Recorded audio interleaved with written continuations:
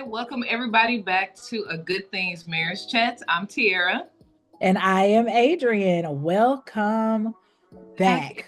back. Yes. Before we hop into everything, what do we always say? Don't forget to like, comment, and subscribe, especially here because I don't think we have TikTok. We're on the 14th recording this. We got what 5 days. So by the time y'all see this, it may or may not be a TikTok. So please follow us on here and the other social media platforms that we have posted down below because yeah. So as you can see, we have another lovely, handsome, special guest. Uh-huh. We love him. He's amazing. He's a great teacher, a great husband, a great everything. We have Dr. Douglas Petty. Welcome. Oh, I am so glad to be here. Thanks for you all inviting me. Yes, They, yes. Anytime. man, We Anytime. I, Dr. Petty on. uh, now go on. Let I'm listening. Well, I was just sharing with our listeners that we've been waiting to have you on the show. We've been working on, of course, a relationship behind the screens. Dr. Petty was one of our counselors that came aboard for our marriage retreat back in 2024. So we look forward to continuing to build relationships and work with him because he's just as passionate, if not more, when it comes to saving our marriages and working in ministry and just helping people. So, Dr. Petty, if Yeah. you mind sharing a little bit about your background and what you do and all those good things. Mm. I am probably the last person to ask about this. So, well, okay. How can I tell you this? I have been doing working with individuals, couples, families for the last 30 years. And if I had a one-liner, it would be I help people make sense out of nonsense is what I do. That's everything that I do on a daily basis is helping people get past something that has them stuck and moving forward beyond that point. From a young child, I have studied relationships even before there was such a thing as college. This would have been 10 years old. I started watching uh, couples interact with each other, what was healthy, what was not healthy, particularly growing up in one that I considered to not be healthy between my mother and my father. But I began to look to say something has to make things balance out for people to enjoy being with each other, that they are not just with each other, that it's an enjoyable time and they're glad to be with each other. They're not just tolerating each other. And that's the distinction. So that was as a young child, a desire to say there's got to be something better than people just staying together just to stay together. Yeah, I 100% agree with that. And as you know, we've shared with you before, Adrian and I, that's really a part of our passion is to help married couples to, stay together. We know not in every instance that is that always the final case, the final verdict, because, a person does need to consider themselves and what's healthy for that particular situation. But if there's in any case where we can help to support them, encourage them, and give them the resources that they need that maybe they did not have or still don't have, that we can help to provide that for them. So our audience is both to engage couples. It started off actually as with newly engaged kind of couple thing, but as Okay. I'm talking to people, like it's growing. Like I've talked to some people, probably close to your age of the spectrum who are Mhm. um, visiting different areas of life or maybe even going into a new relationship that's still looking for these resources because as you probably know too, there wasn't a lot around with you guys coming up with being taught Correct. with Correct. how Correct. do parents look like. They just know Correct. what they see in their household and some of the struggles and maybe with things that one spouse or another put up with it just because that's what they had to do and not really knowing where to turn to get what they needed. So on this episode today, the meat and potatoes, as Adrian calls it, we really wanted to get some input from Dr. Petty today on what questions should be asked before we get married. What should you be talking to your spouse about? So, um, Mm, mm. what do you think is the most important question? Okay. So let me say there's one thing that we probably could talk about at some other point in time. You don't want to deal with dating at all. So let me just say, dating is off the table altogether. Dating is so fraudulent. Dating is a misrepresentation of the person that you think you're talking to because it's all a facade, because you're getting the best look of everything for somebody that you're dating. And you look up and you thought you had a prince and it was a frog. You thought you had a princess and it was a turtle. And it's just simply because it was draped in other stuff in order to sell you what you wanted to be sold. So dating would be something that would take off the table. It would be to really talk about courtship, but that's a totally different conversation. The Yeah. difference between courtship and dating. So let me start there. Uh, but I have 12 questions that I would ask in order to get people, if they're given some consideration to a permanent relationship. Mm. The Okay, first, I'm pulling out my notebook. I'm gonna be okay, taking notes, so I'm not being okay, rude. Just no, I'm just okay. taking notes. All right. No, it's okay. So the first one is, why are you interested in me? And you can't mention anything about me that's physical, and you can't talk about what I have, what I own, resources, any of that. Why are you interested in me? That's good. And what that does, that freezes individuals because you can't tell me about, well, you make me smile, you make me feel good, and oh, I never felt like this with anybody else before, and all of that is like, okay, well, nice try, but why are you interested in me? Yeah. Me, the person, not not because am I the first person that ever made you smile? So I can just go on down the line with Right. that. So why are you really interested? Which means you have to take some time to be able to flush that out, to be able to do that. The And second one is now, but go on. I'm going to do them one at a time, and then you can just ask me where you want to go with that. okay. So I was just gonna ask, well, I guess comment to that is Okay. the other part that's adding on to that is seeing or being able to recognize if you can see fulfilling a purpose with that partner. If you guys can build, a foundation, if you can see building life with this person. And so those answers should be, you know, kind of stirring around that, or you should be able to hear some of that. Is that what you're saying? Yes, because you ultimately are talking about a covenant. a, Mm-hmm. a covenant that so if you're looking at being involved with someone, if it's just for sport, if it's just something to do, then these things are irrelevant. All these questions are irrelevant. But if you have some thought of, hey, this is long-term relationship, some level of permanency, then there are some very probing things that I need to ask you, because I don't want you to waste time with me or me with you. So this is an investment that every time I even sit down and talk to you, you've got to be thinking that it costs me to talk to you. I'm being taken away from something else. So this is so valuable. So I'm not going to give you access to me like this unless I'm sure that we can go down this road, because I'm a very valuable commodity, and I know that already. It might be enhanced being with you, but my value does not go down if I'm not with you. Yeah. And that's the clarity that you really would want. No, it's not going to go down if I'm not with you. I already have value. I'm already good. I just want to know why you're interested in me. Right. Uh, That's right. right. So if you blow that one, then you don't need the other 11. So you miss this one, we don't have anything else to talk about. Nice to see you. We can do something else after that. So, Right.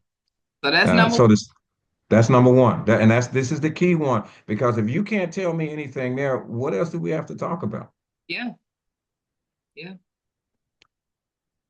Number two, what sacrifices are you willing to make from having been single? Mm. Now, you can do anything by yourself.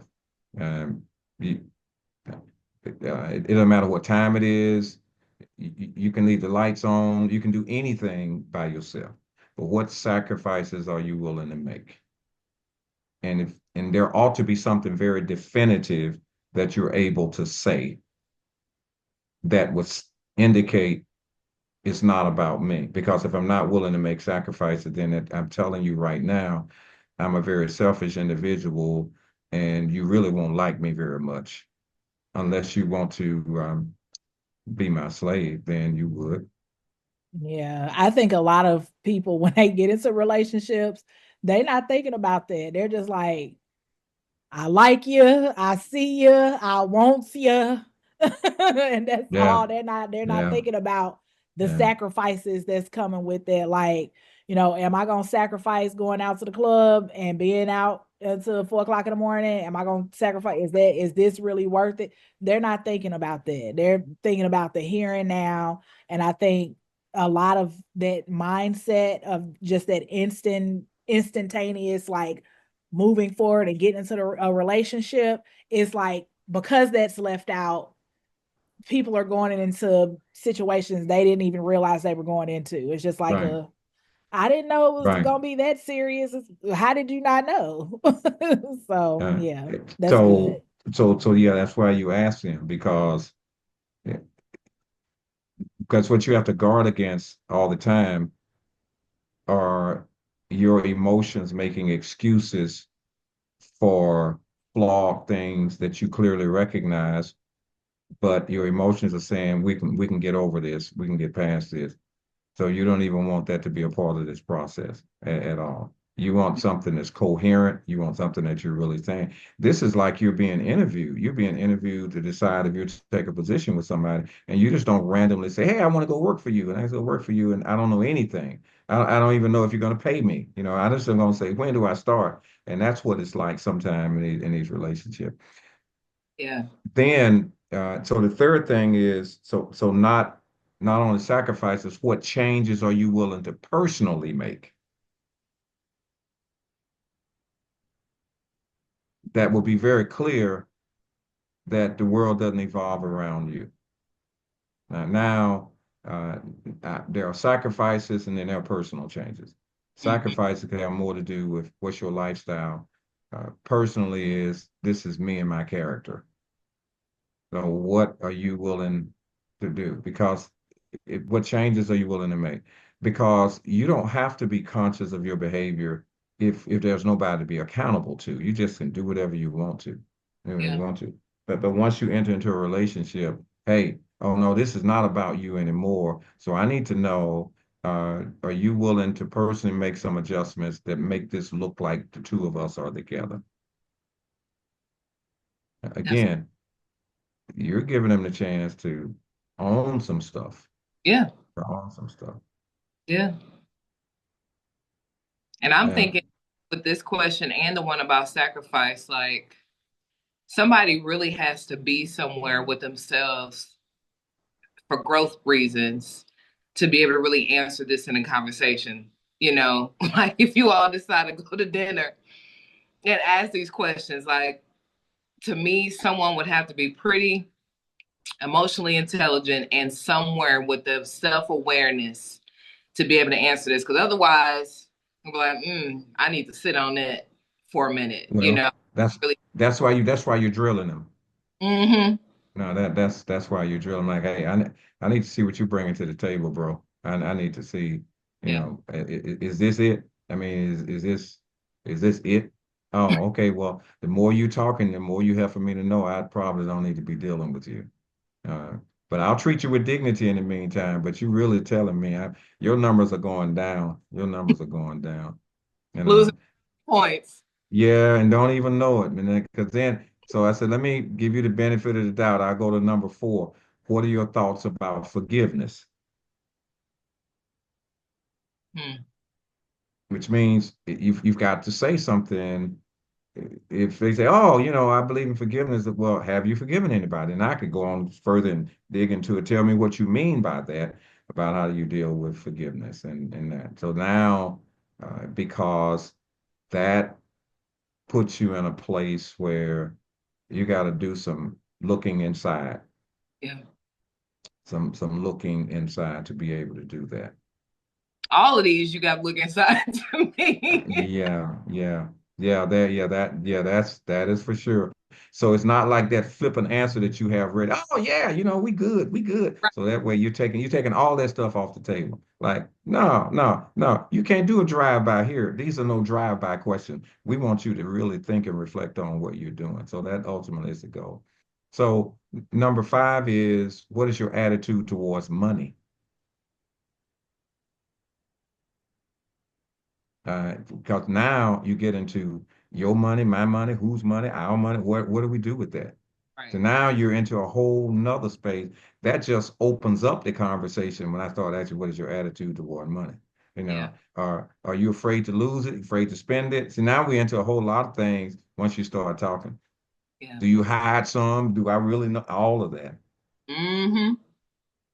Uh, I know one of the big things, especially when it comes to money, is they were just talking about this on the Ricky Smiley Morning Show.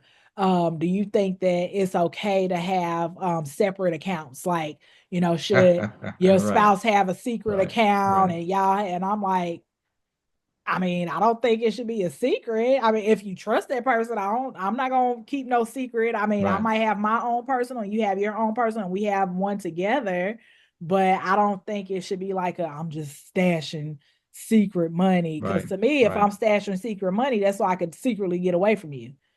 Well, as long as you understand, then you're okay. Because it's like, you got some money? No, you got some? Okay. You just got paid, didn't you?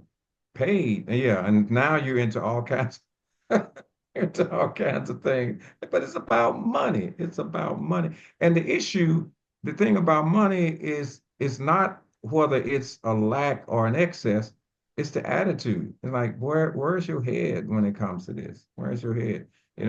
Have you been poor all your life and you like hiding money and digging it somewhere? And you could just get into a whole lot of things about that.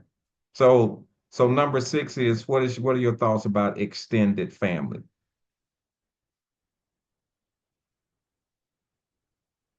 Because my family is what my family is. And how do you deal with, I might have Uncle Joe may trigger something in you, but how do you deal with that? Yeah. How, And a how lot do, of people nowadays, it seems like there are more blended families right, that are like happening. Like I know, I come from a blended family. You know, I know some other people that have come from blended families, and we don't use the step. That's my brother. That's my right, sister or right, whatever. right, But that was how my mom taught me versus like my husband. His parents are still married, and it's just him and his two brothers, so they don't right, have a blended right. family as far as like other kids coming in. But I mean, it seems like now today you see more blended families happening, so I think that is a very, very important question. What do you feel about extended family? I Yeah, think that is a because very important there question. there there are some traditions that you may have as a family, and you're coming in, and on the other hand, this other person, oh, we don't do none of that. No, we don't do that. Party. We don't do birthday parties. I mean, you could have a lot of things happening that you got to figure out, well, wait a minute, this is what we've always done. I don't do that. Well, okay, so maybe you haven't. But where are you in regards to that? Because aren't you now a part of my family, my extended family? So you're getting a chance to really find out. We ain't going nowhere. We ain't going nowhere. Holiday, we're not going to nobody's house. I'm staying at home. Okay, here we go. All right, and you got this conversation right there where, oh, we got to stay over here. How long? I don't even want to see them when they come. You see how it goes. You could be all over the place, but you're pushing them to find out ahead of time. Yeah. Yeah, that was one of the topics that we had for the holidays. It was dealing with family for the Right, holidays. right, Right on right, time, Dr. Petty, right on time. right. Yeah, like, y'all do that. Oh, these people don't come over here to eat till 8 o'clock at night. I ain't trying to eat at 8 o'clock. I know. So then what are your thoughts about children? And you're right that. Some people really don't like them. So now you get into that. You get it. If once you start talking about children, then it opens you up to talk about discipline and everything else, but you're just opening it up. That initial response will tell you how much further you can go with that. But you're covering the whole gamut. So now you start getting into some more things. Number 8, do you have any unresolved hurt or pain from your past? Now they got to make a decision how honest they're going to be. Yeah. Nah, I don't worry about it. I don't even worry about it no more. Past is the past. That's a bad answer. I mean, that's a bad answer. They just told you something. So you just listen and you're giving them the chance to talk. Now, let me ask you Any? something. Mm-hmm.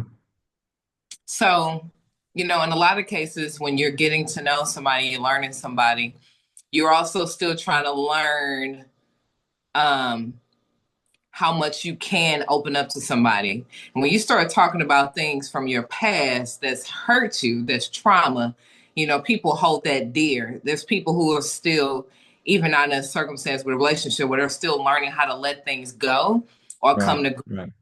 things.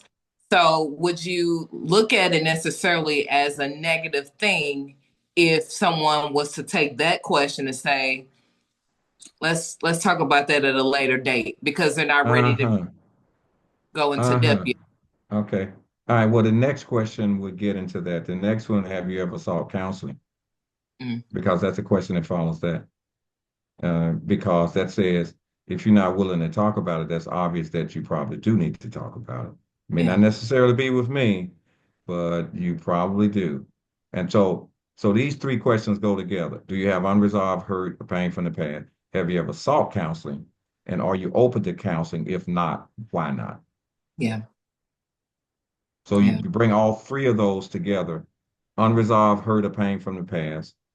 One, have you ever sought counseling?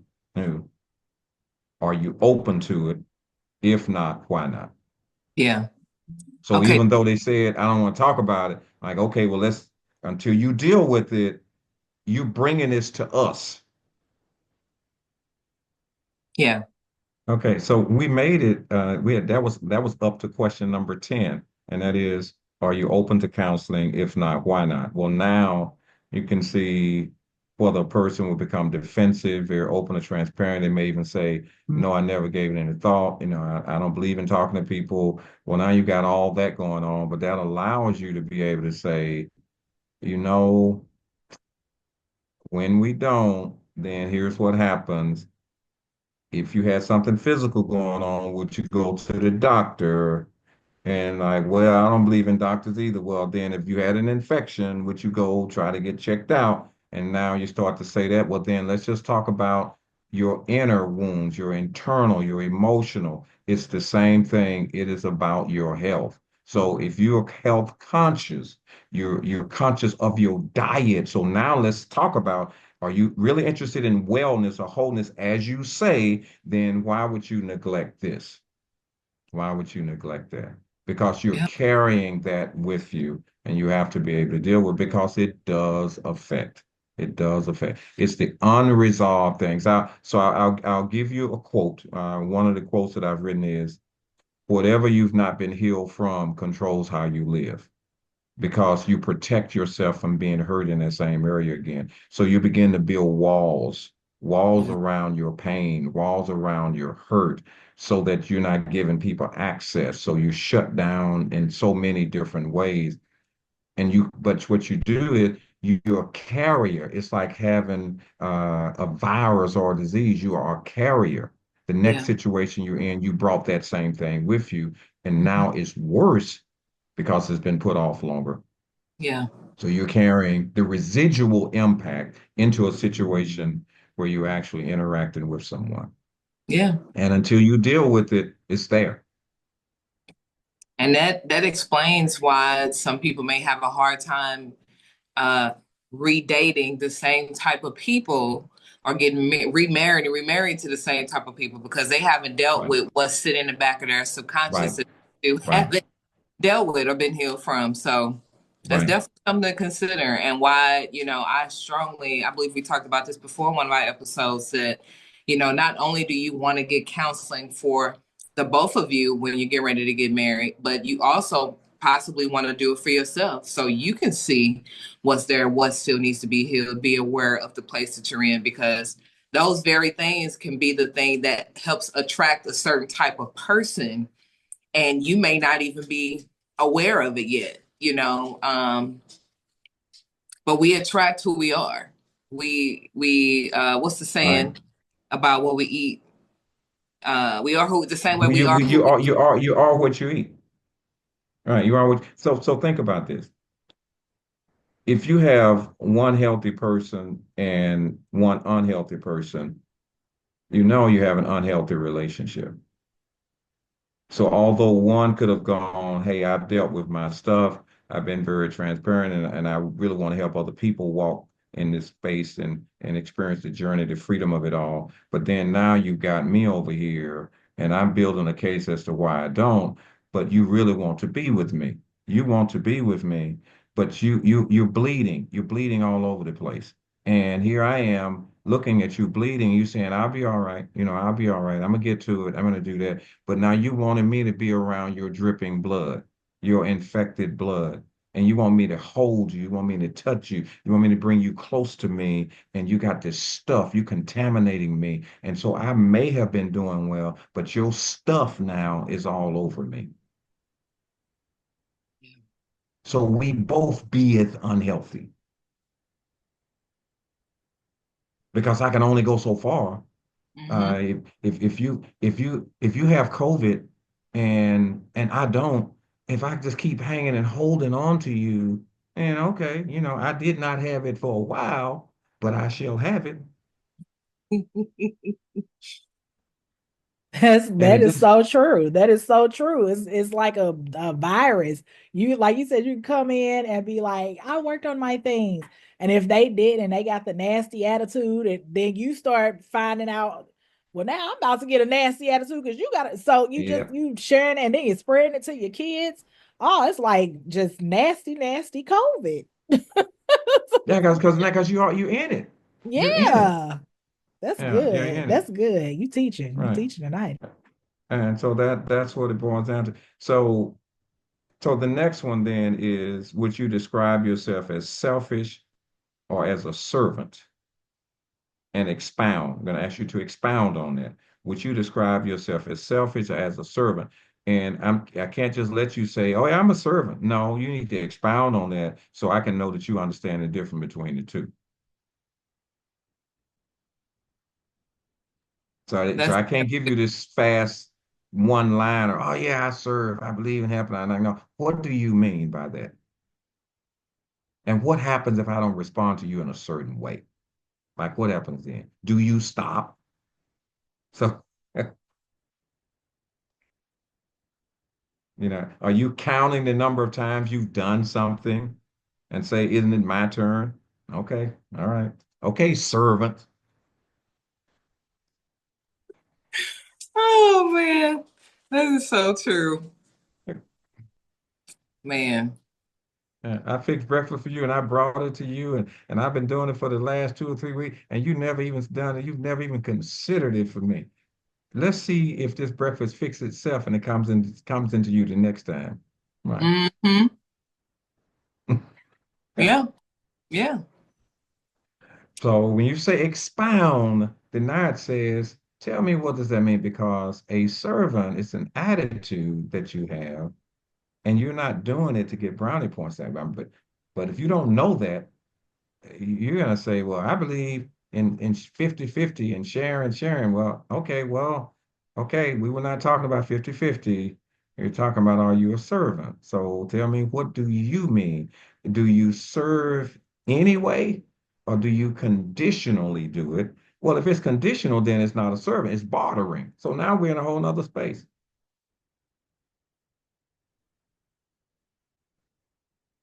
And So I think a lot of the times a lot of the times the example that, and I don't want to, sound like I'm ganging up on men, but a lot of the discussions that I hear, especially with men and women, and especially like our age, is the whole like, my wife, should be cooking and cleaning for me. And it's like, but sir, like we're not back in that, time where that's only what a woman did. Like, women are working now, women are taking care of their families, we're going on trips, we're enjoying ourselves, like we're, out exploring the world. And yes, we do, in when we're in loving relationships and we just care about the person, yeah, I might, make my husband's plate, but I'm not doing that every day. Like, that's just not, and it's not in a disrespectful, it's not like a I don't love you. It's like, okay, hold on, just give me a second. And I might forget, and he'll be like, oh, I'll just make it real quick because I'm like running off and trying to do something else. So, but a lot of these men are looking at these women like, no, because you're supposed to do the womanly things. And it's like, well, what's a You, womanly you say thing? whatever that is, right? Right. What's that? Yeah. Yeah. I, A lot of I, men want servants. well, but that's not. They want servitude. That's not the same thing. Because I have you almost as a hired hand versus this mutual, which is totally different. And so now I'm getting into role definition and I'm bringing into you something that's a part of my past experience of what I thought it should be. And I'm imposing it on you because I want to make you in my image. I want you to be according to me. So therefore, we'd have to go back to question number one, why are you interested? Are you interested in me so I can be what your mother or your auntie, or whoever you saw being like this? Is that what you're interested in? Do you want me to be an image of them or are you taking me? That's the Facts. deal. That's the deal. Like I'm not your mama. Right. No, no, let's be clear. I love your mama, but I ain't your mama. Now let's just understand that. And whatever she was doing, that was between her and whoever she was doing it with. But now I thought you said in our original question that you were interested in me for X reason. Were you interested in me because you thought I could do that? Then that's what you should have said. And we would have not be down to question number 11 because this conversation would have ended. Yeah. So thank you for helping me to know that you were being less than genuine up front. Right. Well, I ain't mean it like that. Yeah, you meant it like that. You really did. You just didn't expect it to come out like that this way. Uh-huh. Right, right. So, so talking about selfish and being servant, you got to dig, and if you don't have a reference point for it, you can't talk about it. So the last question is, do you have a faith life and describe it in detail? Yeah, I believe in God. No, you haven't told me a thing. Mm-hmm. So now I got to ask you, which one are you talking about? Because I don't know which, when you say that, I don't know which one you're talking about because you could be saying anything. You could be Kabbalah, you could be a whole lot of different things. So no, let's go into detail. Let's find out what that means. So now that even that is a totally different situation because how they describe is going to tell you whether there's a real relationship or not. Is that I'm talking? Yeah. Yeah, I go to church. No, that's not what I asked you. Yeah. Right. Yeah. That's why you just let them talk. Yeah, I grew up in church. I know about that. Okay, great. Now you're giving me your biography. That still wasn't the question. Right. All right. My So whole I family is okay. My dad's a preacher. Okay, great. Fantastic. right, right. Right. So I have a question. I have a question. Okay. So I know these are questions that we're saying that you should ask before you get married. Right. But should any of these questions be addressed again once you get to the stage of being married? Should these come up again, or is this something that should be like routinely done, even like when you're So, married, or right. So let me give you some idea as to what happens. So these questions, but then you also need to go through premarital. Or if you're married, then you find out. Here's an amazing thing. that I'm actually taking people through premarital, although they've been married, Mm. because these things come up. They ultimately end up coming up anyway. How do we have, what's my attitude toward finances? And we've been clashing. You know, how do I deal with recreational activity? What about friends? What about that? What about communication? What about resolving conflict? And we find these things coming up in there. So now you need to work through that because many of these types of questions were not answered. They were not talked about. But now you're in the relationship, you're in the weeds of the relationship, and these things start to come up. Now you got to determine uh, how do we grow as a result of it. We're in it now. How do we grow? So we have to sit down and start talking about how we can see things in the same way. Because up to now, I've been seeing it my way, you've been seeing it your way. So we have to, that's where the covenant part comes in. We have to come to a place, just like a merger between two companies, this merger, and then you got to come up with what do we keep, what do I not keep, what is work well, what is not work well, because we pretty much can tell when we got married what isn't good. We may duck and dodge it, but we know what's not good. And those are the things that we're going to be courageous enough to actually address them. We're not okay, but are we going to be courageous enough to address them without believing that things are going to implode if we put them on the table? And that's a part of the process. Yeah. I mean, on any given day, I could be talking to a couple that's been together over 5 years, and things have built up that if they were talked about in less than a year, wouldn't be at the level that they are now. Because you learn how to keep going uh, to The avoid. survive. Yeah. Yeah. And Uh, do you find that like the married couples that you have sat down with to do the premarital while they're married, do you find that it like helps them in such a way to where like I mean I know it's not a cure all, but do you find that it helps them as far as 1 second? oh, yeah, absolutely. And because what I ultimately end up doing is is to take them through some real work of uh, like his homework. It literally is talking about preparing for marriage God's way. Then now let's start talking about how do we pull things together. What I was just looking to see that I have a copy of it in front of me, but it's in another space. But the ultimate goal is to say fundamentally, why do we get married? Let's talk about uh, what should a husband look like? What should a wife look like?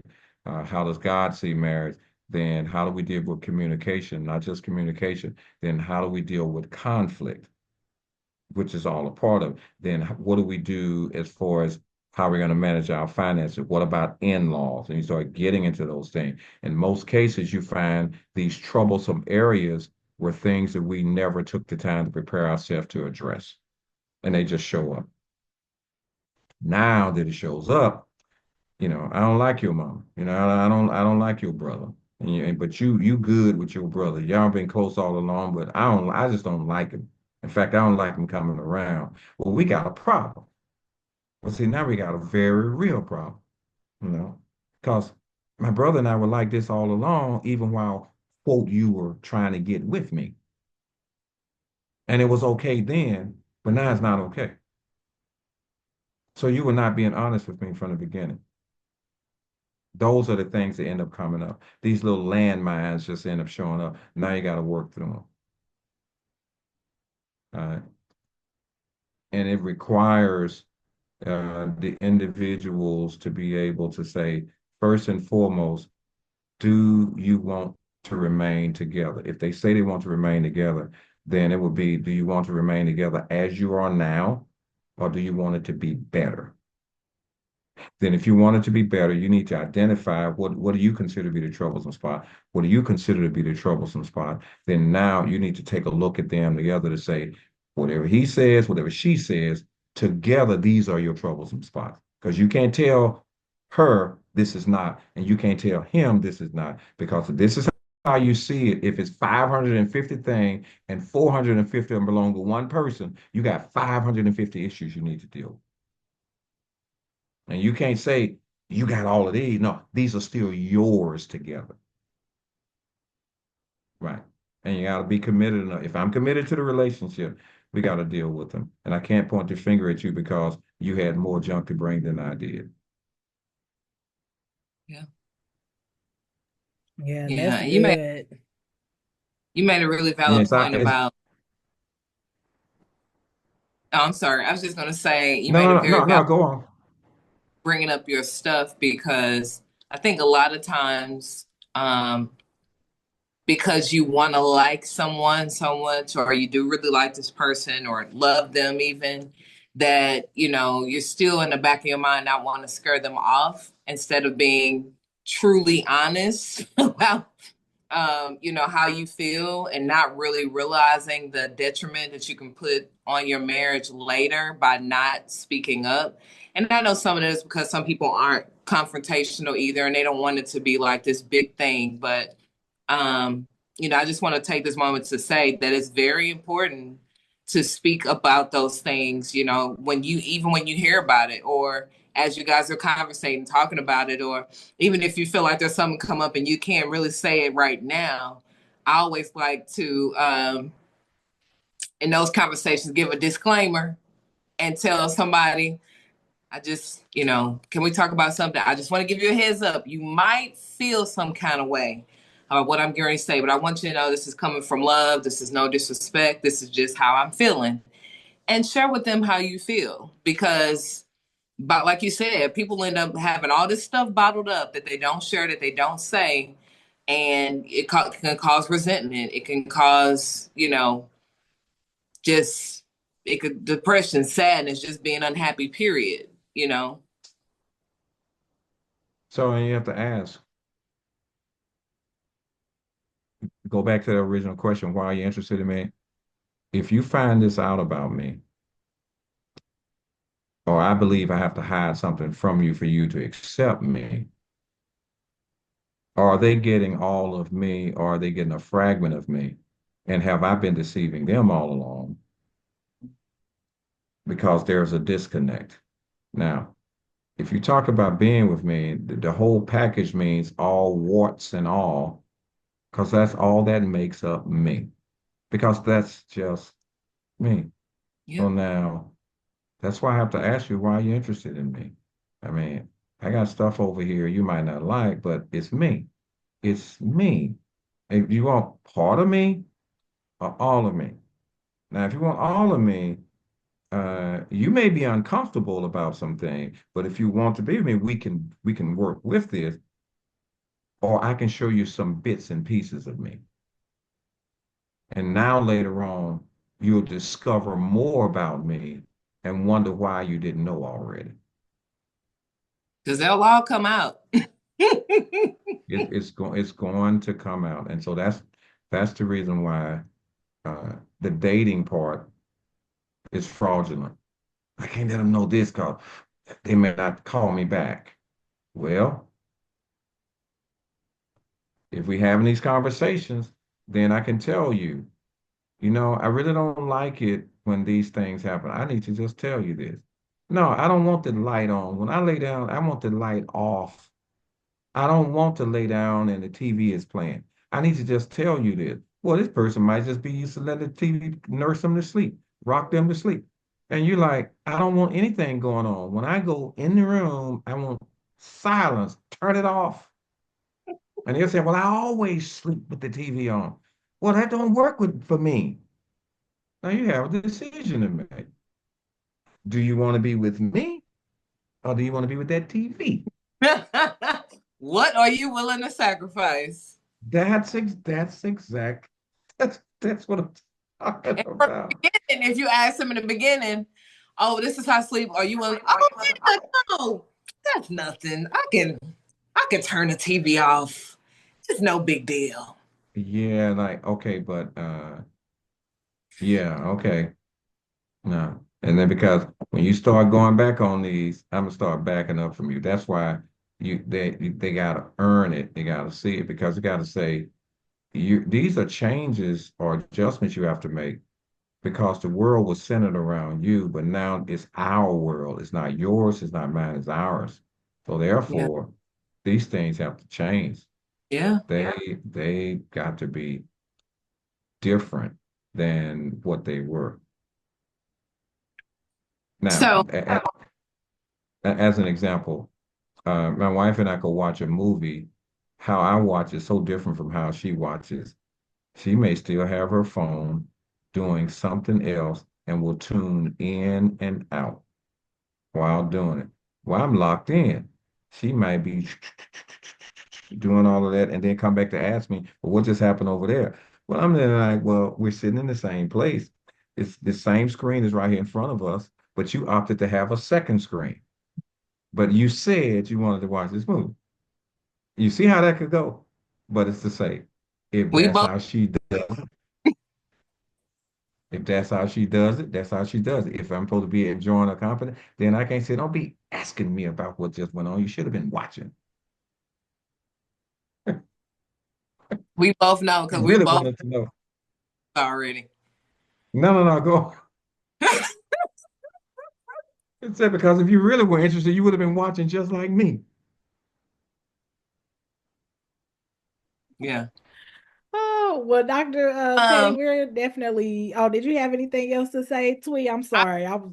I was just gonna say for closing out purposes, Uh-huh. Uh, you say to a new couple coming in regards to them being open to change Mm-hmm. because a lot of times, people have that whole stigma thought process behind, oh, you're trying to change me, you want me to change, not really realizing that there's going to be some change required when you're coming together with one person, when you're combining right, households, families, values, blended families, whatever. And so some people automatically have like this, like, no, you're trying to change me. Well, the change coming into a marriage should be good because it's growth. So right. can you speak to the couples for us on that subject as we close out? So that goes back to that third question. What are you willing to personally change?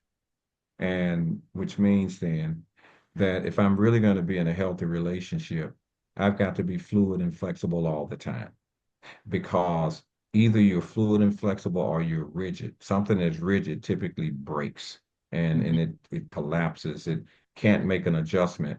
And because there are always uncontrollable variables in a relationship. A day or during the course of a day, something could happen that immediately you have to end up adjusting to it in that regard. The relationship has to be bigger than every individual. If the relationship isn't bigger than the individual, then you don't have a healthy relationship.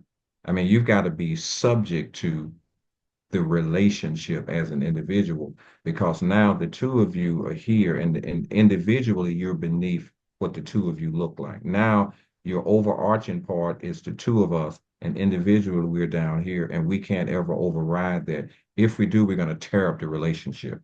Yeah, And so yeah, that's why it has to be, do I really want to be in the relationship? And if I do, then I can't make it about me under any circumstance. Now, that yeah, doesn't mean that I lose my voice and I get walked over, but that's a part of our talking from the very beginning. Are we trying to walk together? In fact, there's a verse, and here's what I'll say. In Amos chapter 3, verse 3, it says, how can two walk together except they be in agreement? Now they might walk, but they won't walk together. yeah, Now you've seen sometime a couple get out of a vehicle, walk into a door, one's walking ahead of the other one. They really are not walking together, but they are walking. They're headed to the same place, but they are not walking together. And you can tell. No contact, no hand holding. One's ahead of the other one. You can tell. They tell you when something's going on. yeah, yeah, Right. yeah. Well, thank you so much, Dr. Petty. We really Um, appreciate you today well, and dropping your. okay. Well, I'm glad that we were able to do this. Yes, me too. I'm sure this would be helpful for all of our couples newly engaged, married for years. I'm sure to help them all. So we really appreciate you guys tuning in today. And Dree, you want to close us out? Yes, y'all, once again, we thank you for joining into today's episode. Thank you, Dr. Petty, for joining us again. Oh, yes, And ma'am. everyone, don't forget to like, comment, subscribe, hit all the things that's on the thing, and do the things. Like we always say before we get on up out of here, a good thing is not hard to find, But it takes work to keep. it sure does. Until next week, we'll see ya. Toodles.